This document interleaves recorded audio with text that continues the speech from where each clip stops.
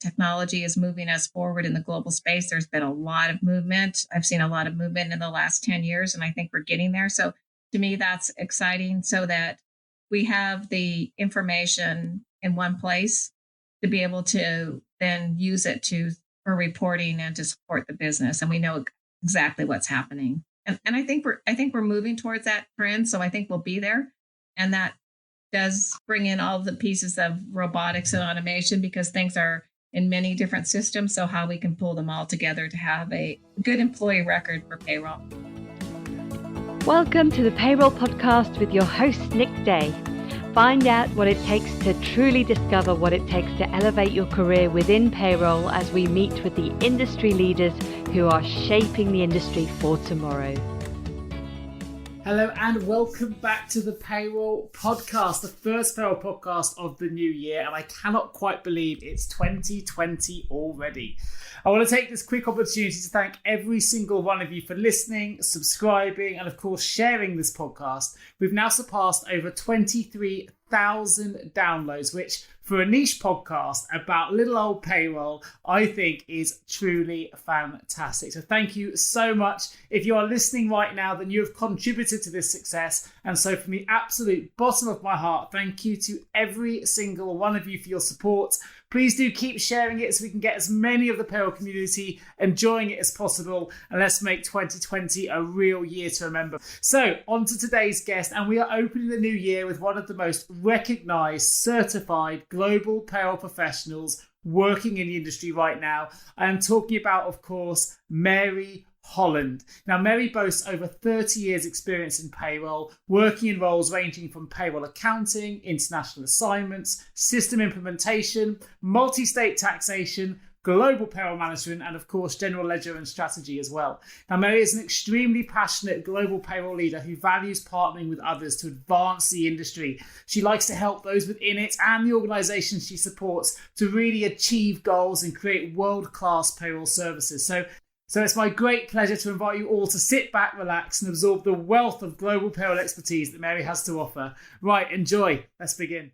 So hello, Mary. Welcome to the Payroll Podcast. Now, for those who've just listened to the introduction, you'll already know that Mary is a true global payroll educator. She's a global payroll master. She's got specialities ranging across global payroll, including US payroll, equity and benefits, global mobility, global expenses, reporting, project management, implementation, and more. I could go on, but I'd rather jump straight into having a good old conversation with Mary, who I've met on many occasions. She's a real inspiration. I know she's inspired many of you that are listening to this podcast across the world with her knowledge, her expertise, and most importantly, her massive amounts of enthusiasm that she has for the payroll industry. And hopefully that's going to come through during the course of this podcast. So Mary, welcome. I'm going to jump straight in if I can. 5 quick questions. Just ask you to give a little bit of insight to the listeners that perhaps aren't as familiar with you, and just tell them a little bit about some of your career highlights, then some of the things that have sort of got you to this space as being, one of the most prestigious and prominent global payroll professionals sort of operating in the payroll space at the moment. Okay, Nick. Well, first of all, as most payroll people will say that payroll is never their career. And I would also say that payroll was never my career. I started my career in finance and accounting and spent a time there. Believe it or not, my global career probably started reviewing sales packages, payrolls for an organization that I was working for. And at that time, I didn't really think I was doing payroll. I think back on that, I was. As time moved forward and you switched companies and moved someplace, and the economy kind of got in a situation in early 2000 where we had to let people go in the United States for jobs, and we had to restructure and get some work done. And at that time, I was a finance manager and had many areas reporting into me. And one of them was payroll and stock equity, along with accounts payable, fixed assets, and general ledger. And I had to let go our payroll manager. The company had downsized quite a bit. So we had just decided that we didn't need a dedicated payroll manager. We would do with Mary doing it. Amazingly enough, I knew nothing about payroll at that particular moment other than, oversighting and looking at reconciliations kind of at a high level. And I knew a little bit about stock equity, but not a whole lot, I would be honest with you. So when this transformation came about in the company I was working for, we also decided to move away from a provider. So within a 6-week period, I was going to a new provider. So you can understand somebody that didn't really have a whole lot of experience was put in a new provider. And then we changed our stock equity system to be online too within 4 months. So it was really quite a year. I ended up going back to a local community college as soon as I got the new challenge and took payroll classes for 9 months at night, 1 night a week for 3 hours. And during that kind of journey, I found out about the American Payroll Association, which I knew nothing about. I knew nothing about their material and knew nothing about their certification exam. So you can see how naive I was on payroll. I then, the instructor encouraged me to take the certification exam. So I did take the certification exam in 2003. And then my company that I'd worked for 16 years, they were actually purchased. And I was in California and all of the functions for finance were being moved to Florida. And I didn't want to make that move. So I was out looking for a new position, and colleagues and friends of mine encouraged me to move forward and just take a true payroll career position. So I ended up taking a true payroll career position and was a US and Canada payroll manager for a large graphics chip designer that sits in Silicon Valley. And during that kind of journey there that I worked for 10 years, we had rapid growth. And during that period of time, we also had rapid growth in global. So my first kind of footprint was helping with expats, along with my Canada and US experience. And then I had a senior VP that recognized that, first of all, he recognized I had a passion for payroll. And we had done some restructuring globally. So he had asked me to go on a global journey with him to evaluate all of our international offices that we had moved regionally and look at what was working, what wasn't working, looking at talent, and making decisions of what was actually happening. So you were really thrown in the deep end very, very early on. And then I know what's coming next because you've told me this story. But to give it a little bit of context here for those listening, you were really thrown in at the deep end at the start. Thrown in the deep end because when he asked me to do that, my first trip was over to India and Taiwan. And so, which I'll tell people and they're shocked because this trip actually just happened, or I really entered the global space probably about 11 years ago. At that time, when he asked me to do that, I really didn't think he was serious. So I ended up going home that day and just saying, oh, I had this flyby conversation. I was explaining it to my husband. He says, oh, I think that's a good opportunity. And I said, I don't know if he's really serious. But the next morning, he came to my desk and gave me all of his travel plans. And at that moment, I had told him, and most people are kind of surprised because I'll go anywhere globally now, that I'd only been to Canada and Mexico. So his first comment was, you do have a passport, don't you? And I said, yes. And so during that trip, I was traveling with the two gentlemen, and they made kind of fun of me every time I got a passport stamp that I had such a virgin passport. I never been any place. And at some point, I didn't think they didn't think I was going to be able to keep up with them. But then afterwards, I heard from another colleague that when they got back, they said they couldn't keep up with me. So he actually did change my career direction because I found a passion for something I never knew I had. So that's one of the things I always encourage people is that if you think you might like something and you might be scared or don't have the courage, try it. And if you don't like it, there's nothing lost, but you might find something that you never would have expected that you would like. And so global payroll kind of became my passion. I ended up teaching for the American Payroll Association, some global payroll certificate programs, and also worked on content there. And then did spend about 3.5 years with them working on their the GPMI, which was their global institute that's focusing on global payroll and helped educate people. And then also spent some time just doing consulting and helping people with global journeys, global implementation. So that's kind of how I got in the global footprint. Wow.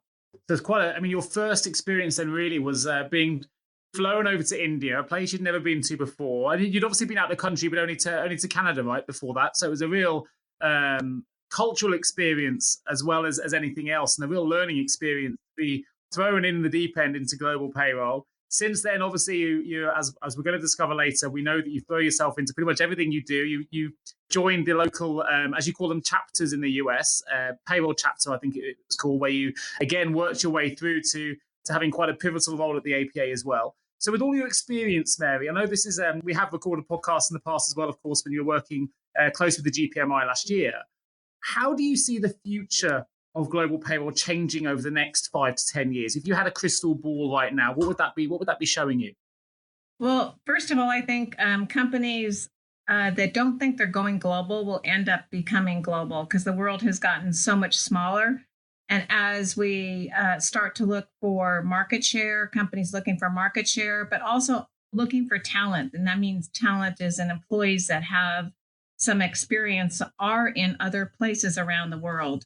I'll give an example. One of the companies I worked for, we opened an office in Russia. And one of the reasons that we opened the office was because there was content designers that had such a great talent skill set that we could not find it in another location. So we moved to a location and opened a location for the talent. And I think we're going to see more and more of that. We're also going to see in the global payroll space, I think people are looking for, strategic direction, how they manage cost, how they manage the risk that's involved today, what they're putting more demands on the technology they want. There's more demands on reporting. So I think all of those are part of what's happening. We've gone through a trend where there was a trend probably about 8 years ago where we tried to consolidate it to one vendor.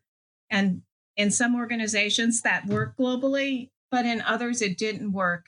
And a lot of times it didn't work is because the complexity of the packages that you're providing to the employees, the employment regulations in some of these countries are really amazing, and the requirements. And so sometimes one size fits all doesn't work for your organization, what your footprint is. So I think we're looking at trying to analyze what's best for the vendor that can provide us the services that we need in the countries that we're working in, and then try to get reporting and consolidation on that to make sure that you have the pieces of timely payments to agencies and to employees, but making sure the compliance is strong so that you don't have any risk inside the company for branding and any of those pieces that are very, very important.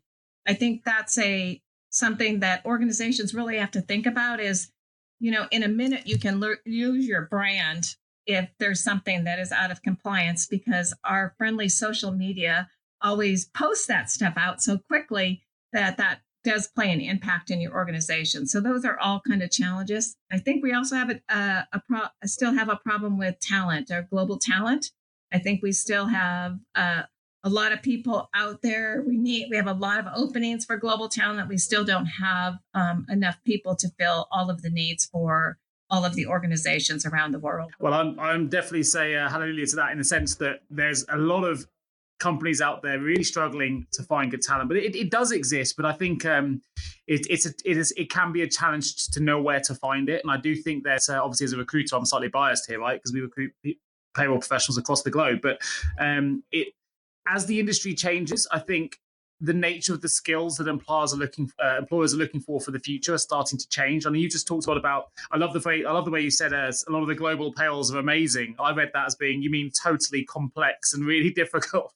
But I think you talked a lot about reporting, and fact of the matter is the new tech that we're seeing now. It's less, as you mentioned at the start, a full suite solution. We're seeing a lot more best-in-class packages coming up, which really, specialize in one particular area of payroll. And as a result of those best-in-class packages and SaaS systems we're seeing, there's a lot more analytics and reporting available for payroll people. And if they're using that and leveraging that in the right way, they can really use that data to drive more strategic decisions, which again kind of brings us back to what you mentioned at the start, really, which is, payrollers are seeking and trying to improve their strategic awareness and their strategic abilities to influence change.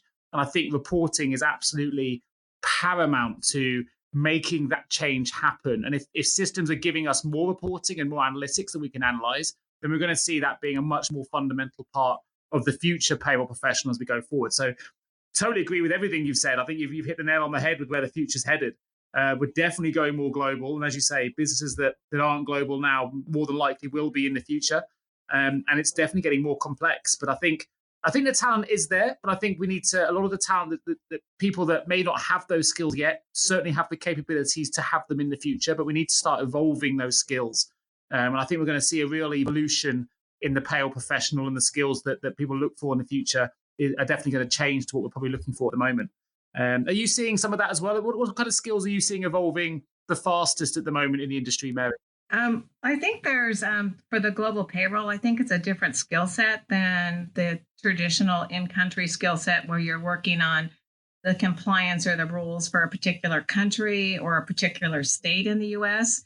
So for the global skill sets that helping to have the organization drive the strategic goals that they want, the reporting, the making sure it's structured, professionally is really some of the soft skills. And when I talk about soft skills, it's really some of the items like listening, collaboration, being culturally aware. Since we're working in a global environment, we have culture plays a huge piece of that, and making sure that we understand the impact of culture and really the partnerships of working inside the organization with your stakeholders that are involved in the process, and then the vendors that you're using outside of your company, the vendors that you're using to support different things that you need support on. It could be payroll processing, it could be your expat employees, all of that tracking on that. It could even be some pieces of compliance and some registrations that need to be done, and that work's being done outside. They're really an extension of your company, so they're really in a small way, they're employees of your organization that you need to make sure that they're aware of what's happening and their work is put in a workflow, and everybody is aware of who's doing what. And the relationship between the vendor and the company is very important. And we see a lot of companies outsourcing, and they'll outsource the work, but then there's no communication between the company and the outsourcer. And there's such gaps, and the simple gaps can be resolved if we just had some communication and some collaboration and supporting the common goals for what you're trying to achieve. And so those are things that I think are very important. And those are skill sets that project management's another one of those. There's some skill sets that are a little bit different than the just in-country or in U.S. type of payroll person that may be processing payroll. So that kind of leaves us open to kind of, you don't necessarily have to have, when you look at global payroll, you don't necessarily need to be an expert in every country. That's never going to be possible. But you need to have, the basic core pieces of payroll that, there's taxes that are taken out, that there's deductions and what type of earnings are there. But then having resources that are going to help you with some of the things that you're unsure about in compliance, but building a structure and model that works for your organization. Because I feel like right now our organizations, and especially payroll, are on a journey. So payroll is now moving its way to being a key organization in your company. And by doing that, organizations are recognizing payroll has valuable information about the cost of hiring an employee, what the taxes are, where is the best location to put employees that's low cost if you have the ability to move to low cost arrangements. So all of those are kind of changing the mindset and a journey of what is payroll. It's no longer just getting somebody paid. We are actually a valuable organization inside a company. Yeah, I think you're absolutely right. A lot of this comes down to mindset change. And I think you're right in terms of the skills, the softer skills I think we need to look at as well. I think there's potentially some gaps that we see in the payroll marketplace. Leadership being one. I think there are some really strong leaders, but I think as an industry trend, there could be that there's a gap, I think, in some really strong leadership training that could be delivered to those that find themselves suddenly going from a domestic payroll into a big global operation, either through merger or acquisition. Suddenly they find themselves with multiple heads in multiple countries, and often the payroll manager there is suddenly expected to be able to manage multiple, different cultures, different people in different time zones, without really having the training or the experience to be able to handle that. And it's thrust upon payroll people with very little warning sometimes. Payroll people, fortunately, have always been really adaptable at handling change in very short spaces of time, right? As compliance changes so quickly, the HMRC changes things so quickly in the UK, and they're very adaptable in terms of you have to be a senior person in payroll, you need to be adaptable. But I think some of those soft skills can be difficult to obtain when the demands put upon you are changing so fast. So I think you've identified some really strong elements there that I think that we need to think about in payroll. And a lot of it does come with mindset and organization and planning for the future in the right way. I know that, I don't know if you know this, Mary, but 56% of HR and global payroll leaders said that they felt organizational design and change management is going to be a real top priority for them in 2020. And that kind of ties into what you've just mentioned. So as a global payroll leader yourself, what challenges do you see, and how can leaders take on these challenges in relation to organizational design and change management? Well, first of all, I would agree with you. There's a lot of organization changes coming out.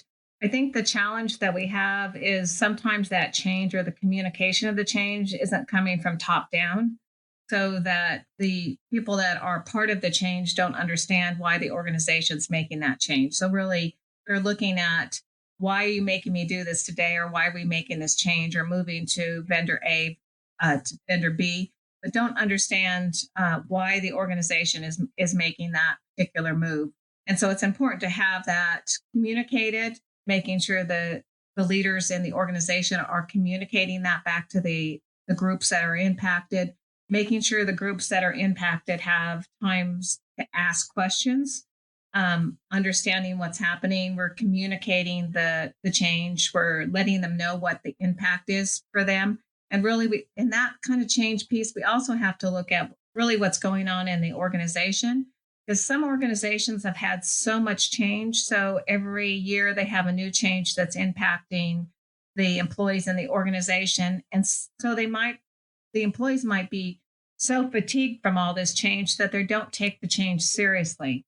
So that's something that needs to be considered. If you have so much change that's happening, or you say you're going to have a change and it doesn't happen. You start when you do all the work, and then 9 months later, they pull it back and say, sorry, we cut the budget. We're not going to make this change. We're going to go back to the old process. So people feel like, maybe, why do I have to pay attention to this change? Is it really going to happen? So really taking a pulse of what's happening in your organization. What is the cultural experience of what does it impact the different regions around your world? Thinking about that cultural communication, how you communicate that. What's the impact of that? Because sometimes with change, the first fear that comes about is my job is going to be replaced. And that is not necessarily ever the reason for the change. The change is really to streamline the organization so that people understand what my new role is. I may be doing something slightly different, but really it's not to continue to eliminate people and function. So that sometimes is a big impact for organizations. And really having the leaders really understand and they're aligned to what the direction is, so that you can, as a project leader or projects that I've led, the ones that have worked very, very well is if we had a strong leader that was helping with the governance and communicating that message down to the groups and was aware of what's happening, having regular quarterly meetings or weekly meetings, depending on how big the project is, with the senior people to communicate, give them information of what's happening, having them aware if there's a resource problem. Or it could be simply as that we need some additional IT support in these items.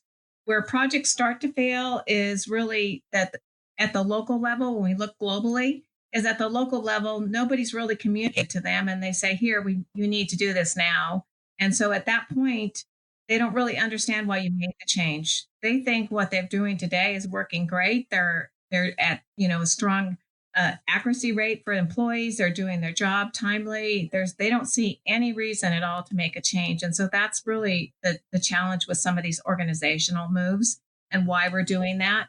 And I think change management is a huge item that companies need to look at.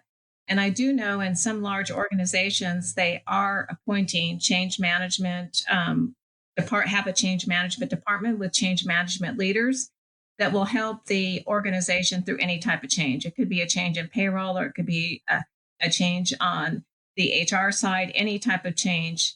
they're not the experts in HR or payroll, but they'll help lead you through that change and what has to happen with that. And there is some great books out there on change management and skills.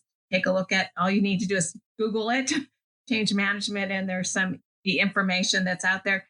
And if you are part of that, is just spending some time thinking about that. And then as a leader, as we talked about leaders, we all know some people in our organization have problems with change. And it may take them a little bit longer to accept the change. So recognizing what's happening and kind of watching what happens and being aware and listening to kind of some concerns that your staff or the organization might be having with this change. Sure, that makes sense. And they do say that the 2020 is going to be, though I've heard it said that 2020 is going to be the year of change and transformation, particularly within human capital management and payroll. So watch this space. And I have to say, as a recruiter, we're certainly seeing that already. Even though we're very newly into 2020 at the moment, we've seen a significant rise as a payroll recruiter in the number of roles being requested from us in terms of trying to find individuals that specializing in different change or transformation related projects. So even though IR35 is around the corner and a lot of people are losing their change contractors as a result, doesn't seem to be slowing down the appetite for people wanting to go through a change or transformation. I think with the new technology that's hitting the market, we're going to see more and more of that come into play as well. So one question I have, and you touched upon this with payrollers potentially being fearful that their jobs may be laid off because of this influx of new technology, this influx in automation and robotics that are there to really take away some of the mundane tasks that can be quite labor intensive.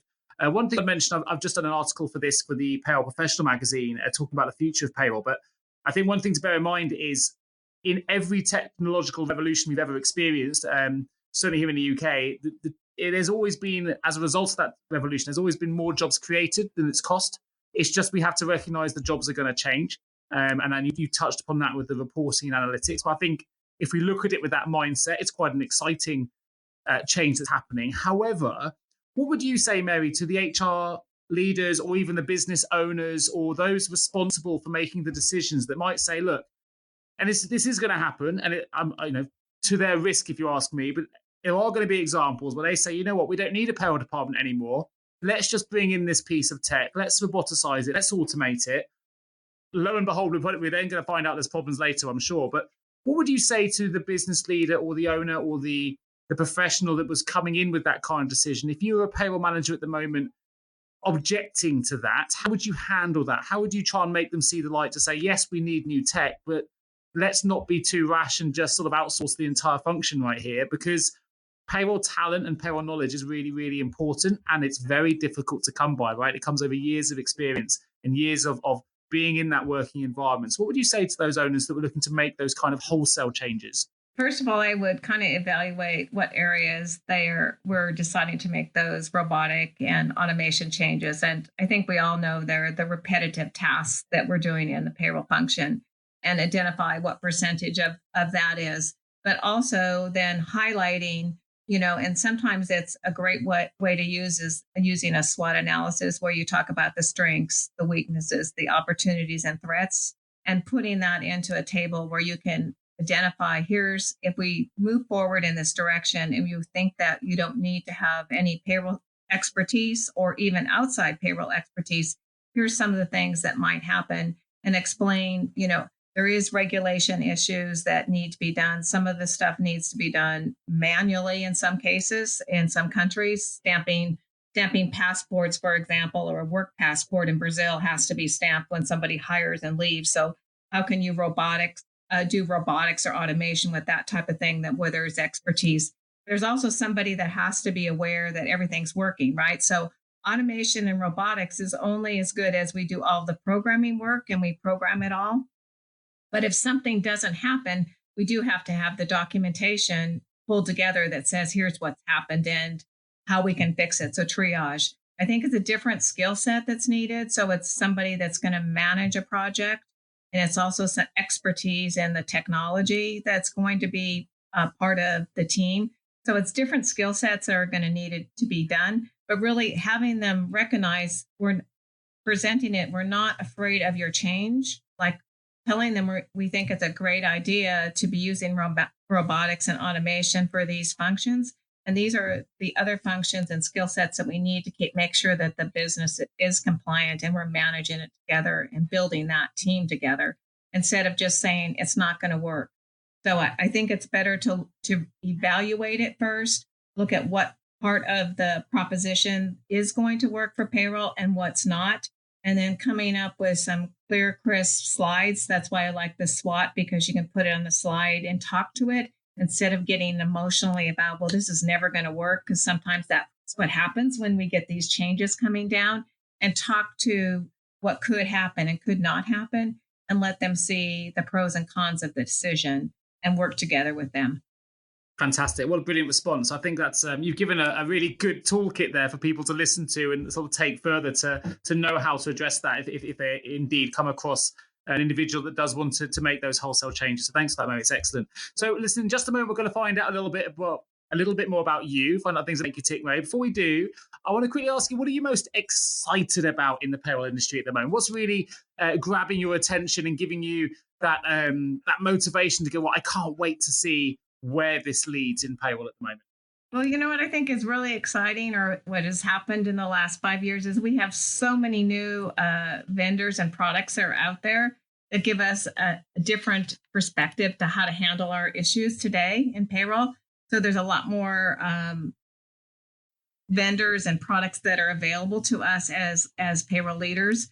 I also think that the organization or the companies and vendors out there are listening to Global Payroll Professionals and Payroll Professionals and what will work and not work. So I think the technology is exciting.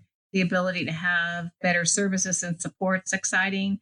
I also think just the world is getting smaller, and what we can do to all connect and build a kind of a good model that works for organizations, that we continue to support them. So I think it's really exciting to have more opportunity or more vendors out there and more products and services available, and that they're definitely recognizing there is a difference between in-country providers versus a global provider, and looking at what needs to be there, how we build out integration using the robotics and all of those functions. So we're on an exciting, I think we're on an exciting trend where we're reimagining global payroll. We're reimagining what the world's going to look like by using new technology and new vendor services. And we're seeing that with the number of vendors that have entered into the global space in the past 5 years. I don't think there's ever been a more exciting time to be in payroll, as long as you're willing to embrace what's happening. I think it's, I've been in payroll recruitment now for nearly 20 years, and I think this is the most exciting time it's ever been. So totally agree. I love seeing what new products are coming out. I love seeing the initiatives, the thinking behind them, the new solutions and what they can do and what they can provide and how they're going to change the way that we work. I think it's, if I was working in payroll now and not quite sure where the industry would lead, I'd be excited by the future. I think it's going to be an exciting time. But listen, in just a moment, we're going to find out a little bit more about some of the skills that we think Mary thinks payroll professionals will need in the future in order to be successful. And we're going to get 5 items of advice that Mary would suggest all payroll leaders take on board in the year 2020 in order to be successful. So stay tuned for that. But before we get there, we're going to find out a little bit more about you, Mary. This is just a quick advert to let you know that if you haven't heard the latest payroll song that's doing the rounds and was played recently at the CIPP conference, then you don't want to miss it. It's called My Payroll Career. It's available now on iTunes and Amazon Play, YouTube and other sources as well. If you love payroll like we do, then go check it out. Payroll is changing and the landscape is looking bright. We look to new technologies to show us the light. Chatbots, AI and robotic process automations, introducing blockchain and other innovations. The fact remains that payroll is essential and critical. Should have governance at a level that is ministerial. Titles changing to become more payroll analytical. Brexit will bring changes too, but hey, let's not get political. See, I love payroll and payroll loves me. I don't mind liaising. That was My Payroll Career, available now on iTunes, Amazon Play, YouTube and more. So check it out. Right, back to the podcast. Time to find out more about you. So question 1, how do you relax in your downtime? And it can't be payroll. I know you probably do payroll in your sleep. So if it wasn't payroll, what do you do in your downtime? How do I relax in my downtime? I do go for like a 3.5 mile walk every day with my husband.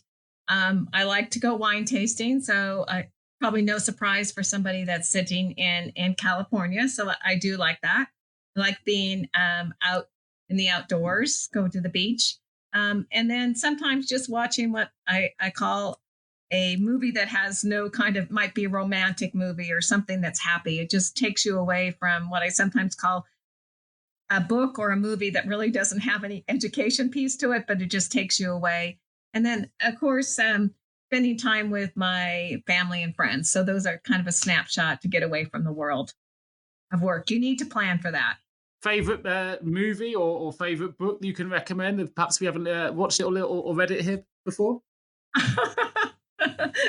So one of my very, very favorite movies is Gone with the Wind, and it's such an old movie, and it's an old movie in the U.S. and I think the reason why I really like it is Scarlett keeps pivoting through different things in the storyline, and even at the end, she's going to worry about what's going to happen the next day. She's going to make it better. So somehow her life went through a maze of things. It's not so much what happened with the North and the South. It's more just what the character went through in a lifetime. So parallels there for you as well in the way that the see where the music takes you, right? You go in lots of different, you pivot all the time in your career as well. So I can understand why that'd be one of your favorites. Well, and I guess I should also mention my favorite city to go visit is London.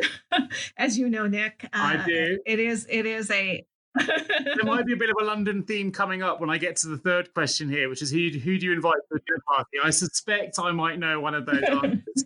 So let's go to the second part. So before we get there, who are the two people who have been the most influential to you in your career? So the two people I'm going to say, the first one, if I look for my global space, is the VP that I work for that, first of all, recognized my passion for payroll and was looking for an opportunity for me to do something different. I then discovered that I love global payroll, which I never would have known that. So that's something that really has kind of changed my life. And he did tell me when I went on my first trip that going on this trip would change my life. And little did I know it would. And the second I really have to just say is my parents, because they gave me the ability to believe in myself, to have courage to, do whatever you wanted to do. And then no matter what, they were always there for you. So I think they play a part in who I am and kind of my personality or how I attack things or look at items really come back from just how I was raised as a child. Love that. Well, hats off to Mary's parents. You've been an inspiration. Listen, I went to the APA for the first time last year. And I'm telling you, I promise every one of you listeners that listen to this podcast right now, I cannot tell you how many people independently, Mary was never even in earshot when this happened, would come up to me and say, oh my God, Mary Holland, she's been an absolute inspiration to me in my career. And that happened so many times. So hats off to your parents if they've been, they set you on that path, Mary, because I know you've had a huge influence and you're a huge motivation to so many people in the global payroll space. So no, fantastic. Love that. So listen, let's jump into the London piece because I know this already, but I'd like to hear it from yourself. So if you could invite 3 people to a dinner party, who would they be and why? And you're welcome to include the story of your sleepover in a certain queue for a certain event if you wish to. Okay, so I have 2 people that would be from London and one that's from the United States. So first of all, as Nick already kind of alluded to, I did attend Prince William's and Kate's wedding on the streets of London. I just happened to have been visiting Moscow, and my flight did bring me back through London on the day before the actual wedding. So I stayed over and was in the streets watching the event and got to meet some very wonderful London people that actually helped me since I only had a coat and a little mat, wasn't prepared for a cold sleepover. So they helped me by giving me a chair and took care of me. But I would say I had the event of the year, spending that 24 hours with London celebrating. It was wonderful. And I always remember that. So it was a great experience. So my London history, or how I got really in, I always really liked London, but I think the first person that really made such an impact to me was Princess Diana. And I did actually get up early. She got married and watched it on the TV. So I was always inspired by her in what's happened in her life. Kind of her great job that she did with raising her children, the charities she was involved. And then she wasn't perfect. She had, some things that she had to work through in her life, but she continued to work through those items and recognize her things that she needed to work on. So I did really always admire the work that she did. So I would love to have her come to the dinner table. The second person is somebody that's been in London, and I'm just so amazed is Queen Elizabeth. And just looking at her path and history of being at a young age, being told that you are now going to be the future queen, and then accepting the role at a very, very young age, and where she is today and still is running. And I can see her almost being over 100 with all the work that she's done. But her kind of mission or kind of goal that I've seen that she's portrayed is she's had over those years to pivot the direction of the monarchy, recognize that change was happening, how she could position that, making changes in actually her family structure and different pieces. And then just her whole kind of loyalty to, her family, but also loyalty to the role that she was actually put in. Maybe at the end of the day, it never have been something that she wanted to do, but she definitely served the country well. It celebrates her 70th year on the throne in 2022. Maybe that's the next time you need to come back to the UK, Mary, and celebrate back on the streets.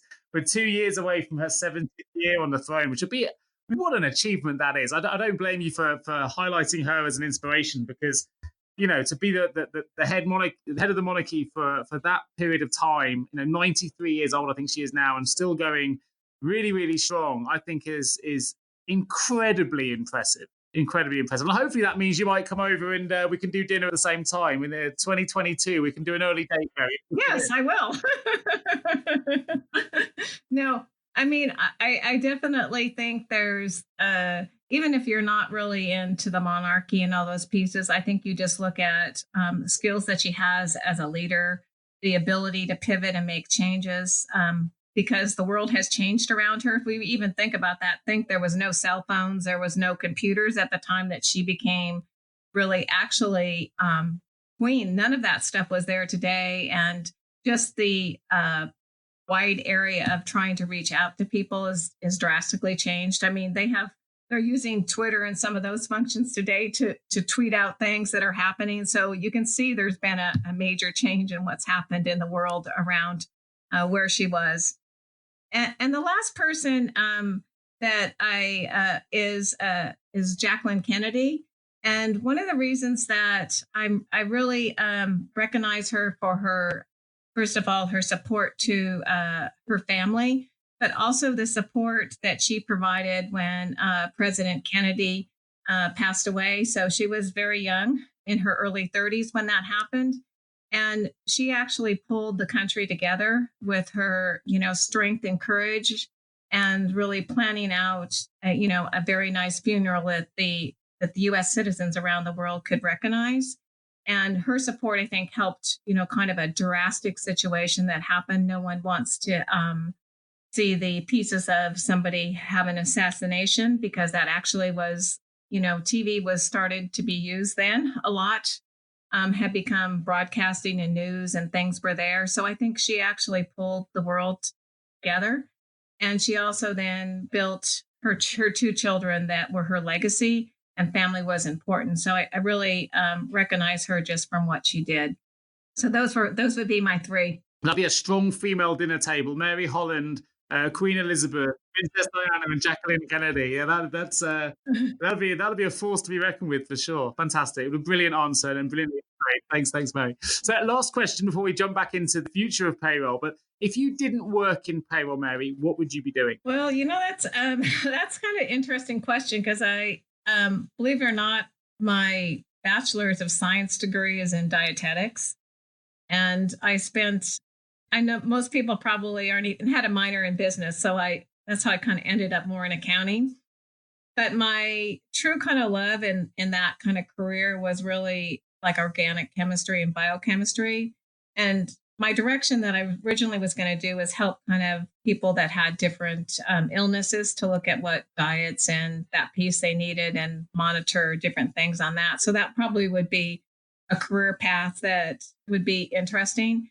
And then the other one is which I've kind of adopted a little bit, is at one point I originally thought I wanted to be a teacher. And then I've come around round circle on that because I do teaching and have helped different chapters and have done work for the American Payroll Association and then done presentations. So kind of that teaching's kind of come back full circle. So that's kind of an area that would be different. It'd be completely different than what I'm doing now, but yeah, I don't miss it. I love what I'm doing. So no, I definitely know that. I definitely know that. We've had this conversation about payroll over dinner, which I think lasted about 7 hours, and we probably could have gone for about 7 days. So, your enthusiasm for payroll is definitely infectious and definitely there for everyone to see. So we're going to jump to a quick advert, Mary. When we come back, we're going to find out a little bit more about the skills you think payroll professionals need today and in the future in order to be successful. Stay tuned. Have you ever asked yourself, how can I recruit payroll staff effectively? Please don't give up on your recruitment project just yet. Here at JGA Payroll Recruitment, we appreciate the difficulties associated with attracting, recruiting and retaining top payroll talent. We also understand just how costly a poor payroll hire can be.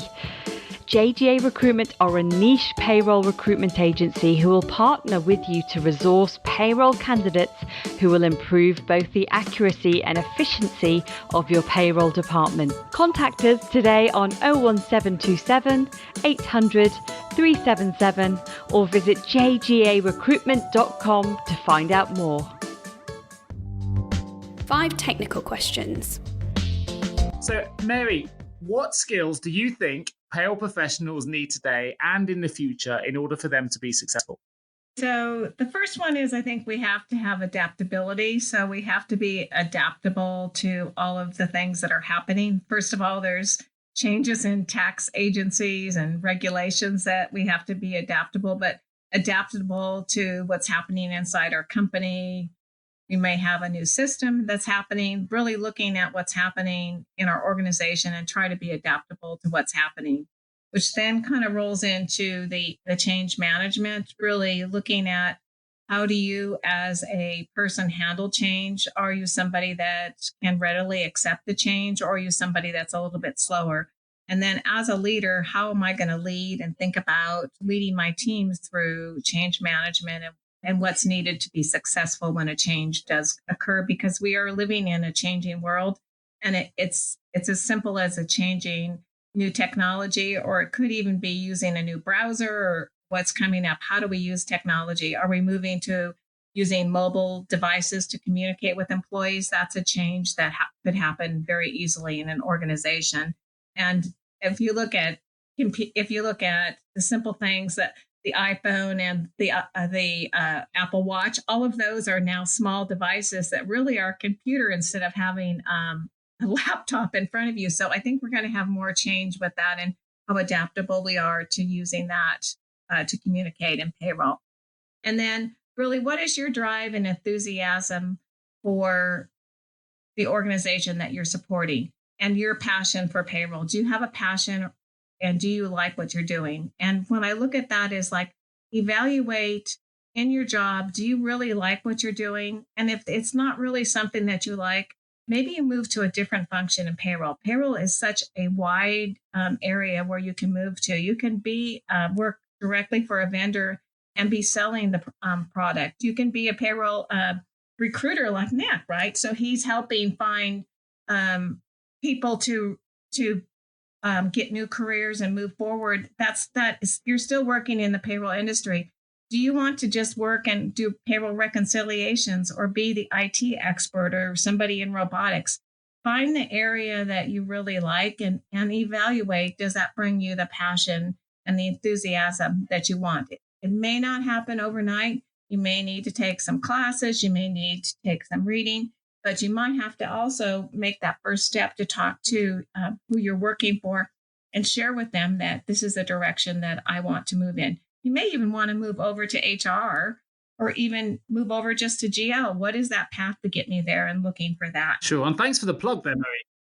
On the recruitment side, I've recruited payroll managers before to be consultants there. There's a very, a couple, Sarita, I don't know if she listens to Sarita Dart, she's a consultant that I worked with for a couple of years, who used to be the payroll manager at Mencap. And now she's gone on to have a successful career in recruitment before she just missed payroll and went back into the payroll. And she's now still working as a successful payroll manager. And I think, we're always recruiting. The payroll market's always going to need good talent, right? And I think you've hit the nail on the head. There are so many options out there now. You don't just have to do payroll administration or payroll management if that's not what you want to do. There are many, many options, many, many facets to payroll, and many things that tie into payroll, whether it's recruitment, software sales, technology, which we've touched upon, change management, all the areas you've mentioned. And there are so many connections with payroll now that really the opportunities out there are endless. So I think you're absolutely right. But thanks for the plug. We are recruiting right now. So if you're a payroll person listening and you think, you know what,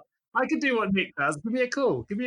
Well, no, I mean, and the advantage, if you're interested in that, is that the space, and you can help find that perfect candidate for the client that is looking for somebody. So you're talking the same language, so that is a skill set that is beneficial if you wanted to go in that direction. And then we talked about the soft skills, or sometimes I call them essential skills.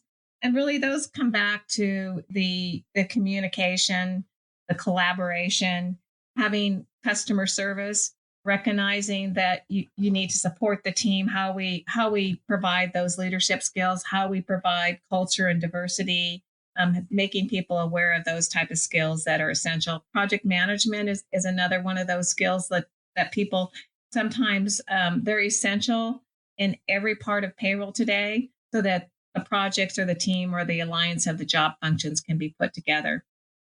And then the last one that sometimes scares people is technology, especially when we have already talked or hit on this, is robotics and automation and integration and all the pieces. And is it right for me? Kind of putting all those pieces together. It's like, we can't be afraid of technology. If we look at it, technology has moved us forward. A technology change is happening every day. But what is it going to do for payroll? And then I kind of just want people, or payroll professionals or global professionals, to think about, just read an article on really what can be done with robotics and what can be done with some of the automation. And it's not scary. We're not having a little robot take over your job and you're not going to be in your desk or be wherever you're working.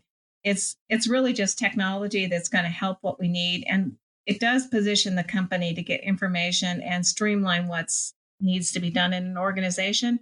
But it changes the roles of what you need in payroll. So it does make payroll different than it was, 20 years ago, which that to me is exciting. And we talk about change. I think it's always good to change. It's always good to learn. And as we mentioned, Queen Elizabeth's age, I always feel like you're never too old to learn, and you can always learn something. So it does help. It does change the payroll dynamics, but it also makes us a key player in the organization too. Well, with that in mind, Mo, you've got to the top of what I would argue, you've got to the top of the global payroll profession and some of the things that you've done and some of the achievements that you've got behind you. What resources have you used to help you stay both current and ahead of the curve, really? Well, what are the kind of resources you often relied upon to make sure you're able to stay on trend in relation to the latest payroll strategies, compliance, or even some of the softer skills you talked about, to make sure that you're always on top of what's happening in the world of leadership, for example? What are the resources that perhaps, if you're listening to this podcast now and people aren't quite sure where to go, that you might be able to recommend? So first of all, I think I've always kept myself in current in what you're doing. So in the U.S., we have local payroll chapters that you mentioned. We also have statewide events that you can attend, and both of those items are a lot less expensive than going to like an annual conference that could be expensive. That sometimes your employer may or may not support it. But if it is something that you see that's beneficial to your career, you could attend the conference and pay for it yourself. So remember, you do need to take ownership of your education growth. So looking at that. Community colleges, we have community colleges here in the US, and I think they have them other places around the world that offer courses that you can take online. And it could be courses on project management. It can be leadership courses. Looking at those type of items that are available. Also, YouTube has so many, you can just go out to YouTube and figure out how to do something.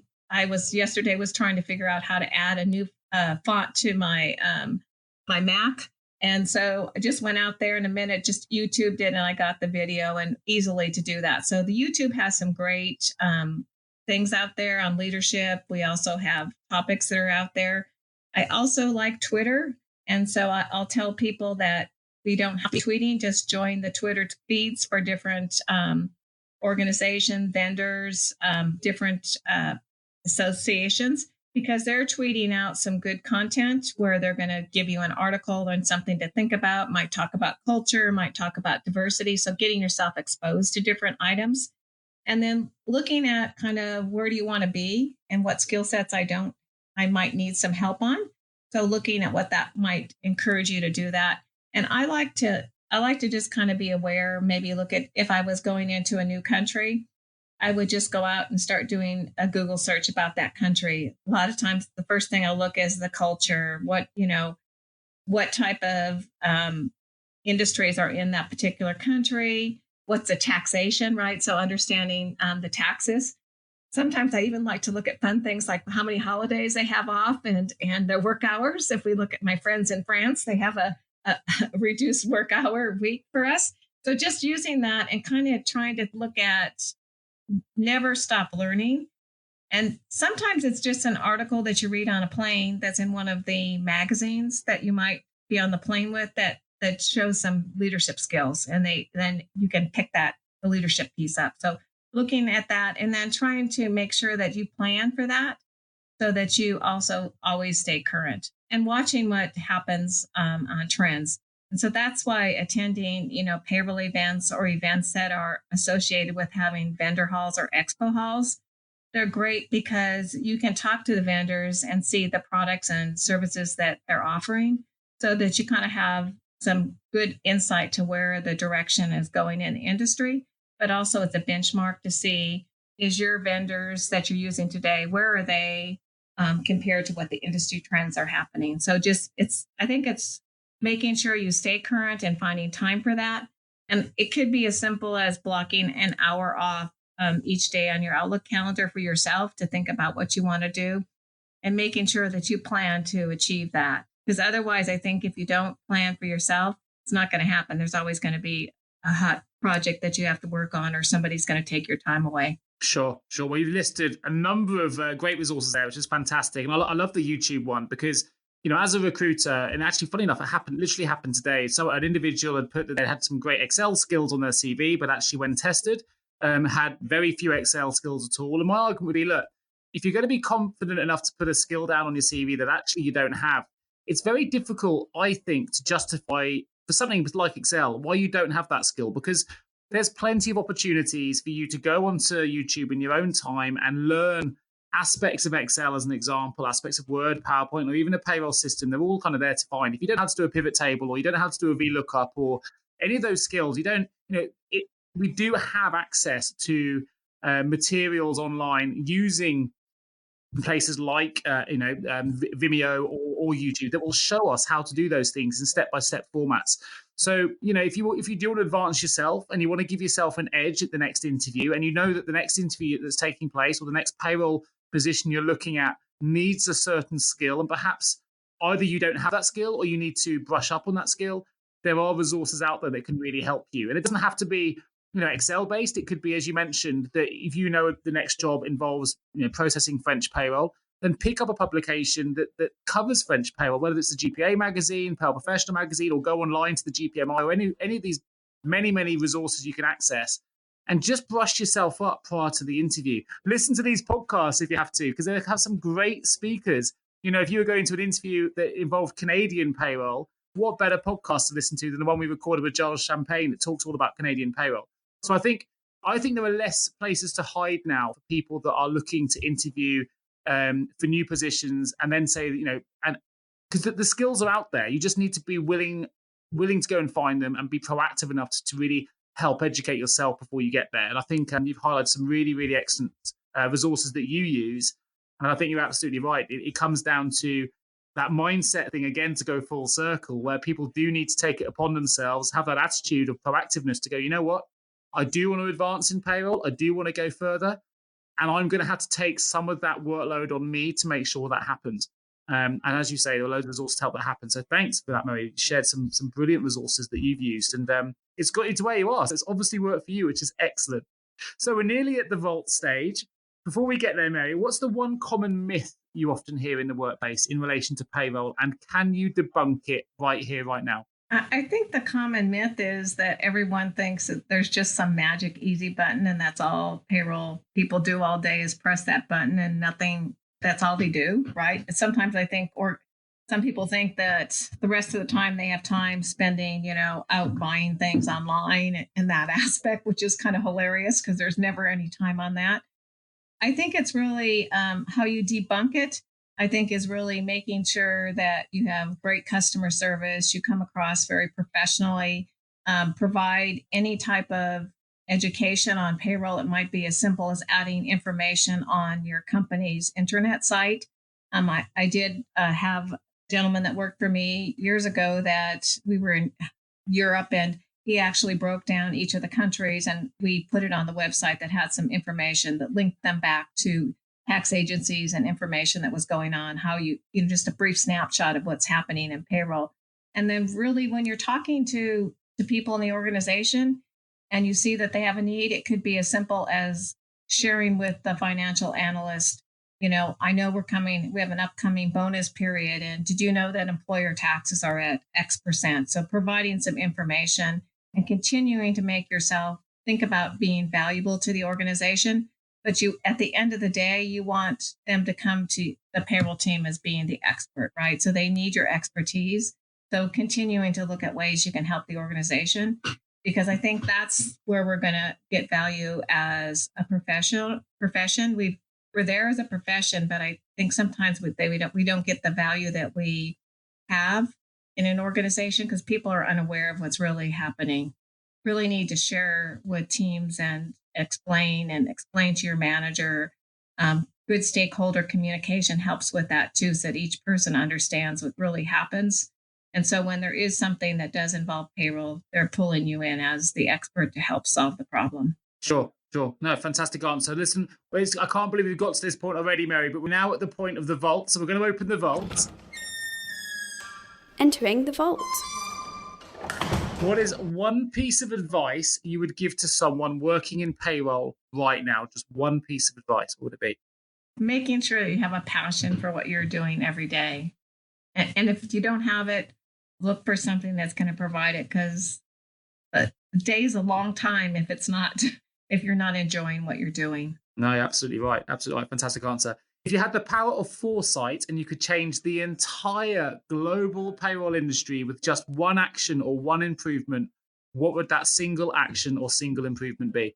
I like to have the visibility of having my employees around the world being able to see what's happening and have visibility into workflows, their compensation, being able to have that visibility in one place instead of maybe going to many different providers and vendors. Having that visibility, I think we'll get there. Similar to what in the US, we're very spoiled that we have platforms that support that. And just having that ability, I think technology is moving us forward in the global space. There's been a lot of movement. I've seen a lot of movement in the last 10 years, and I think we're getting there. So to me, that's exciting, so that we have the information in one place to be able to then use it for reporting and to support the business. And we know exactly what's happening. And I think we're moving towards that trend. So I think we'll be there. And that does bring in all the pieces of robotics and automation, because things are in many different systems. So how we can pull them all together to have a good employee record for payroll. And actually, you're not the first person that's given a very similar answer to that question as well. So it's definitely on, at the senior leadership end of the payroll scale, that it's definitely on people's minds at the moment. That's something that people would like to see change. So it's interesting to hear it again, which is good. In hindsight, Mary, what's one thing you know now that you wish you had known when you first begun your payroll career? I think globally, I think one of the things that helped me to be aware, and I probably would have known that unless I was able to take, trips to have site visits, is the impact of culture and the impact of culture in the regions and how they communicate, and if they're hierarchical organization or country, what that looks like for the communication. That piece, I wouldn't, to be honest with you, I don't think I would have been that successful, or I probably would have had some more failures if I hadn't taken cultural trips to see the countries.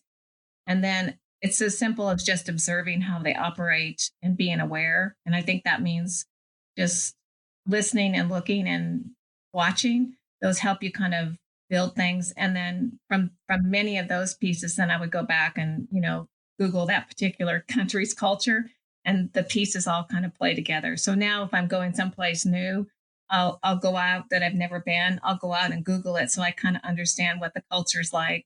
Be prepared for what the country operates on. Sometimes it's simple things like, do they take a credit card to pay for things, or do you need local currency?